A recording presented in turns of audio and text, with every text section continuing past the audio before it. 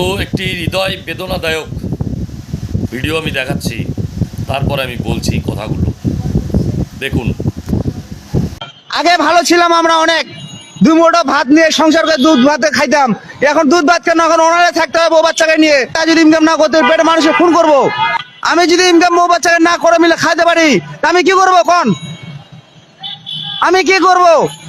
আমাকে তো ভাত দিতে হবে, পেটে ভাত দিতে হবে, পানি দিতে হবে, চা খাইতে হবে, সিগারেট খাইতে হবে। আমি কি করব? আগে রিক্সা চালাইতাম, 1000-1200 করে ইনকাম করতাম। এতে আমার পরিবার 5টা সদস্য আমি চালাইতাম, ঢাকা শহর রিক্সা চালাই। এখন আমি নিজে খাওয়া দাওয়া বাঁচতে পারি না। এই আন্দোলন থেকে আমি এখনো 2000 টাকা বাড়িতে পাঠাতে পারিনি। বউ বাচ্চাকে কি খাওয়ামু? নিজে এখানে রুম ভাড়া দিতে পারি না। ইনকাম মনে করেন।